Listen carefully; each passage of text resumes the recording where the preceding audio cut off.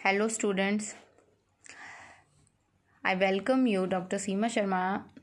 I welcome you again in the prevention of scale formation topic.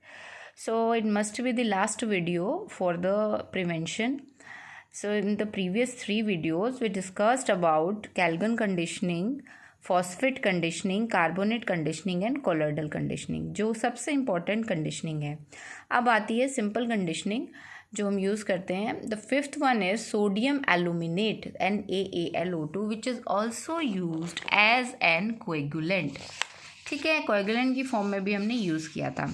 सो ये conditioning कैसे react करती है? Sodium aluminate water के साथ रिएक्ट करता है और NaOH बनाता है. सिंपल रिएक्शन है. NaOH बना, एल्यूमिनियम हाइड्रोक्साइड बना. एल्यूमिनियम हाइड्रोक्साइड आपको पता है कि ये किसके अंदर यूज़ में आता है? जितनी इम्प्योरिटीज़ वाटर में हैं उनको ट्रैप कर लेता है और एक फ्लक्कुलेंट की फॉर्म में यूज़ करते हैं. तो MgCl2 जो कि एक स्केल फॉर्मिंग मटेरियल है, वो इस NaOH के साथ में रिएक्ट करके फर्दर बनाता है मैग्नीशियम हाइड्रोक्साइड. और ये जो मैग्नीशियम हाइड्रोक्साइड है ये भी एक फ्लक्कुलेंट की फॉर्म में यूज़ आता है. ठीक है, तो बेसिकली क्या हुआ है? Sodium aluminate is forming NaOH and this NaOH is reacting with MgCl2 which is scale forming compound and form MgOH twice. So magnesium hydroxide and aluminum hydroxide are flocculent precipitate and they entrapped, finally divided, finally suspended and colloidal impurities along with silica. ठीक है, तो जो silica है वो भी remove हो जाती है क्योंकि silica is also responsible for the scale formation because calcium silicate and magnesium silicate are the scales. तो उसके रिमूवल के ये काम आती हैं. ठीक है, so these precipitate can be removed by blow down process. Every time we have to follow the blow down process. कोई भी कंडीशनिंग हो सब में blow down process हमें फॉलो करना है. तो लाइकवाइज हमें सोडियम एल्यूमिनेट में भी ब्लो डाउन प्रोसेस यूज़ करना है. ठीक है, तो this is the sodium aluminate conditioning. Now we come to our next point, radio active conditioning. अब रेडियो एक्टिव कंडीशनिंग में क्या है? हम रेडियो एक्टिव सॉल्ट्स लेते हैं. ठीक है, जो कंटिन्यूसली रेडियो एक्टिव रेडिएशंस को एमिट कर रहे हैं. अब उनको हम ऐसे पॉइंट्स पर रख देते हैं जहाँ चांसेस होते हैं किसके? स्केल फॉर्मेशन के. तो वहाँ आप रखेंगे तो इसमें से रेडिएशन निकलेंगी और वो रेडिएशन क्या करती हैं? उनको क्या इकट्ठा नहीं होने देती, कलेक्ट नहीं होने देती, और कलेक्शन के प्रिवेंशन से ये स्केल का फॉर्मेशन भी प्रिवेंट करती है. तो सिंपली हमें क्या करना है? रेडियो एक्टिव सॉल्ट्स लेने हैं और वो बॉयलर के अंदर रखने हैं. ठीक है, so this is called the radio active conditioning because we are using radio active material. Next one is the electrical conditioning. अब what is the electrical conditioning? Electrical conditioning में हम क्या करते हैं? एक मरकरी बल्ब लेते हैं हम, सील्ड बल्ब जिसमें कि मरकरी है, ग्लास का बल्ब है, उस मरकरी को बैटरी से अटैच किया. अब इस बल्ब को हम किस में पुट करेंगे? अगेन बॉयलर के अंदर. ठीक है ना. अब ये कंटिन्यूसली रोटेट करता रहता है और बल्ब से जो इलेक्ट्रिक डिस्चार्ज होता है उस इलेक्ट्रिक डिस्चार्ज से वो फर्दर स्केल के फॉर्मेशन को प्रिवेंट करता है. कैसे प्रिवेंट करता है?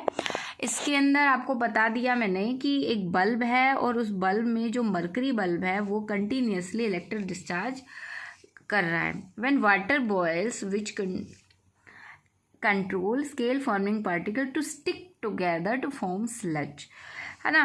तो अब क्या होता है कि जो बेसिकली हमने जो भी अब तक प्रोसेस फॉलो किए थे उन सब प्रोसेस में क्या किया है? जो स्केल फॉर्मिंग मटेरियल थे उनको स्लज में कन्वर्ट कर दिया और फिर उसको ब्लो डाउन प्रोसेस से रिमूव किया. So same process will be followed here but there is no chemical reaction. We are just using the electric current so that they don't collect, the particles do not collect or glow, so they won't form a scale. ठीक है ना. और collect नहीं होंगे, scale नहीं बनाएंगे तो sludge बनाएंगे, और स्लज बनाते हैं तो स्लज नीचे आ जाता है और उसको आप ब्लो डाउन प्रोसेस से इजीली रिमूव कर सकते हैं. तो दोनों ही method, radio active conditioning as well as electric conditioning, दोनों के सोर्सेज डिफरेंट है. एक में रेडियो एक्टिव मटेरियल यूज़ किया, दूसरे में हमने इलेक्ट्रिक डिस्चार्ज यूज़ किया, बट दोनों एक ही तरीके से यूज़ करते हैं. दोनों ही स्केल फॉर्मेशन को डायरेक्टली प्रिवेंट कर रहे हैं without any chemical reaction. Okay, and at last this is the complexometric method. So by using complexometric method, scale formation can also be prevented. How it is prevented? By adding EDTA. आपको पता है कि EDTA क्या करता है? EDTA calcium और magnesium के साथ में रिएक्ट करता है और सोल्यूबल कॉम्प्लेक्स बनाता है. और सोल्यूबल कॉम्प्लेक्स बनाने का मतलब है कि स्केल नहीं बना, स्लज बना है.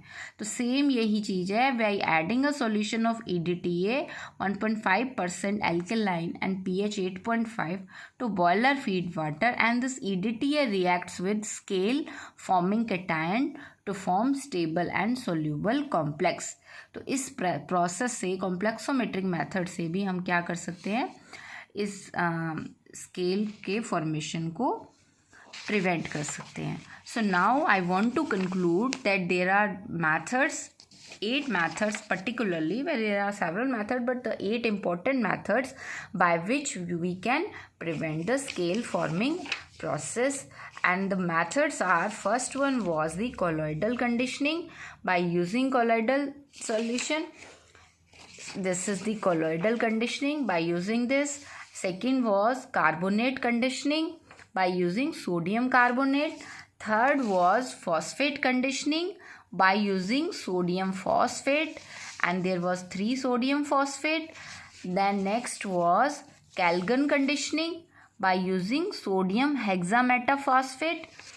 Then fifth was sodium aluminate conditioning. Sixth is radioactive conditioning. Seventh is electrical conditioning, and the 8th and last one is complexometric method. So in some methods say we can prevent the formation of scale. So I think it is very useful to you. Thank you very much.